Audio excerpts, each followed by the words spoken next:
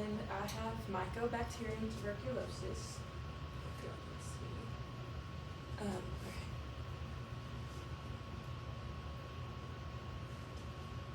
So we're going to start with pathology of the Mycobacterium tuberculosis.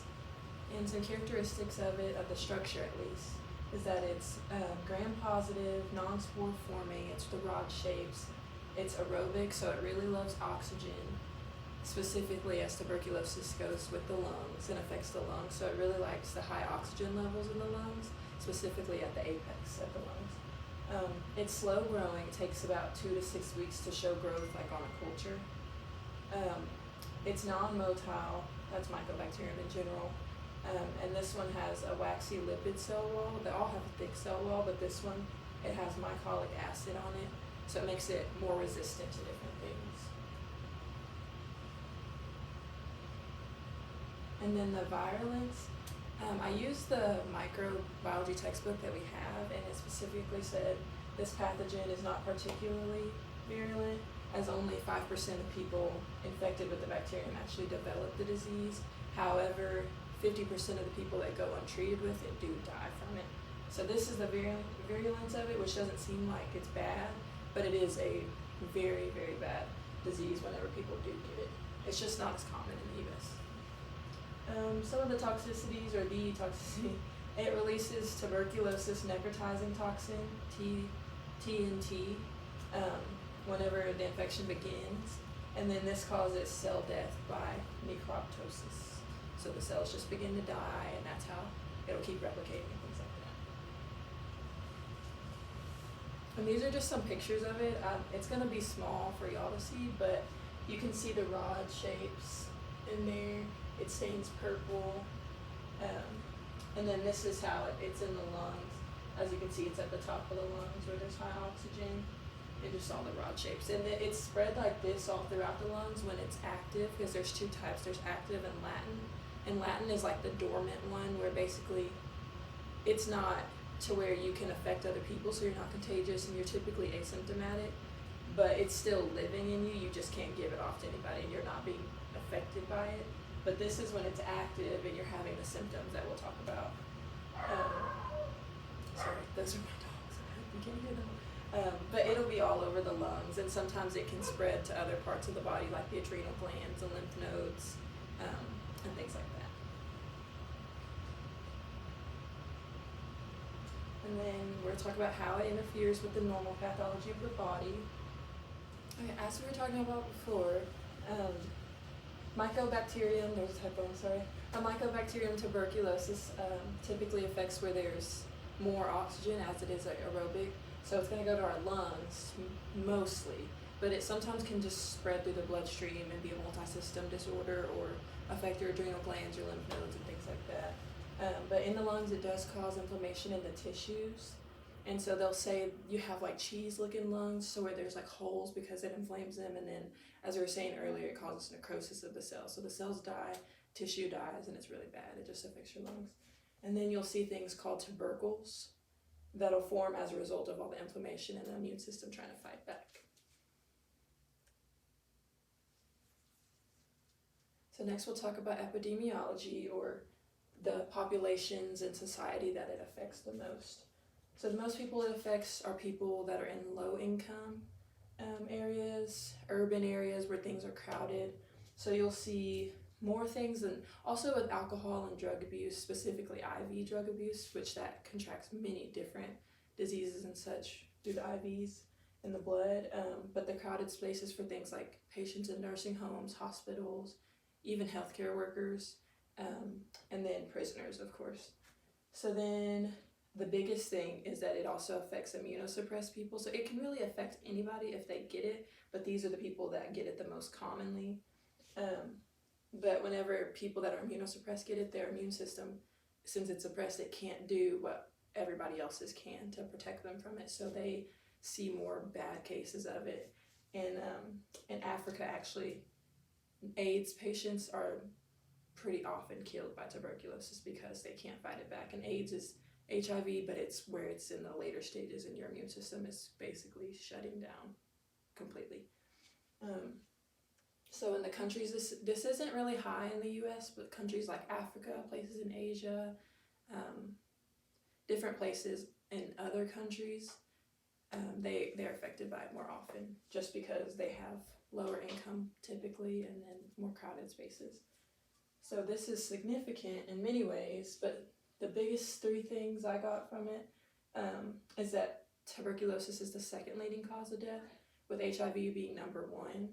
And then a third of the world is affected. Some texts say a third, some say a fourth, but we're gonna go with the third.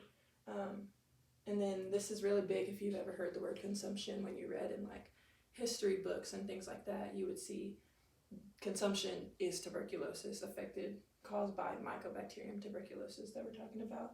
And it's called consumption because it does affect your lungs, but it begins to consume the rest of your body and they begin to waste away. So the symptoms are more like, it's like severe weight loss, anorexia.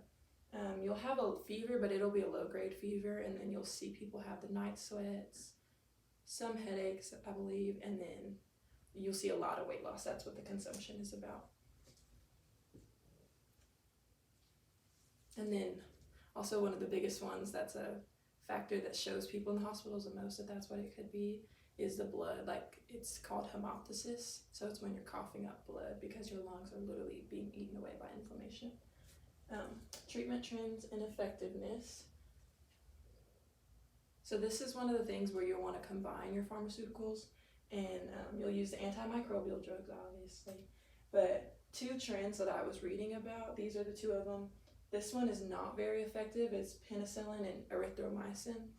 They are good antimicrobials, but not for tuberculosis, just because it takes longer for the disease to actually show itself. As we said, it was slow growing, 2 to 6 weeks. So it's not the same in the body, but it shows up slower. So the time it takes for the bacteria to show, the drug is already being metabolized by the liver and the kidney. So it's not effective at all. But this combination of these 4 drugs, isoniazid, rifampin, pyrazinamide, and ethambutol, are the best. They're the most common ones. There are a few other antimicrobial drugs that people use, but these 4 in combination with each other is the best. You see more cases where people come out of it and then it just become latent for the rest of the time, and it just helps the best. Now, specifically for our treatment plan, this is just what I was saying before. But the specific combination, you typically want to use whatever antimicrobial drugs, the best ones. Not always just these 4. Other countries use different ones. But when you do, it's typically 6 to 12 months that people use them for, which is a very long time. Okay, so our actual treatment plan that I saw the most and the best research on was specifically a 2-step thing with those same 4 drugs, just not all at one time, just at one time. So this first step, you'll take a combination of those 4 drugs as seen before, and you'll take those for 2 months. And then after that, you'll be prescribed just isoniazid and rifampin, because those are the top 2. So all 4 of those are good together, but these 2 alone are 2 of the best drugs to combat this disease. And so you'll take those 2 for 4 months, or a total of 6 months of taking all these meds to try and cure it. But this isn't the only thing. You also want to ensure proper nutrition, isolation, because it is a respiratory disease that is caused by air droplets. And you don't want to give that off to anybody else or let yourself become susceptible to any other disease, as you will be immunocompromised because your immune system is trying to fight back on so many things. And then there was another thing. It's called DOTS. And so it's used more in countries where this happens all the time and it kills people all the time. And so you'll see that they'll have healthcare providers watching people take their meds, which they typically do give you your meds, but in this procedure you have to watch people take their meds, make sure it's direct observation, and it just helps to ensure that the disease is eradicated. Now for prevention, our last thing, it's just a vaccine type of thing. It's not something where you can just get the flu shot and prevent it. It's like every time thing. This is one vaccination that you'll want. And so the flu shot thing is similar, yes, but not the same. WHO and the CDC recommend that every child receives this at birth, and this is in the United States. And so typically people do get this vaccine, the tuberculosis vaccine, and then you don't really have to worry about it. It's just the only thing is when you get the PPD skin test, which is how you diagnose this, it can be, there sometimes are false positives, and so it'll sometimes show up because you've had the vaccine, but you just have to you can get a chest x-ray and then acid fast. That's the acid fast culture that'll show this from like the sputum when people cough, because they have a really heavy cough, a hacking cough with tuberculosis. And you'll do an acid fast test and it'll show you if you have Mycobacterium tuberculosis in the sputum. And then the chest x-ray will show those tubercles that'll form in your lungs from your lung tissue being destroyed. And so you can get that vaccine at birth in the US, but in other countries, they really recommend that people use them, get the vaccine. Healthcare providers stress getting it just because they're in countries where there's low income. They're all living in urban close areas and they really need to protect themselves from it.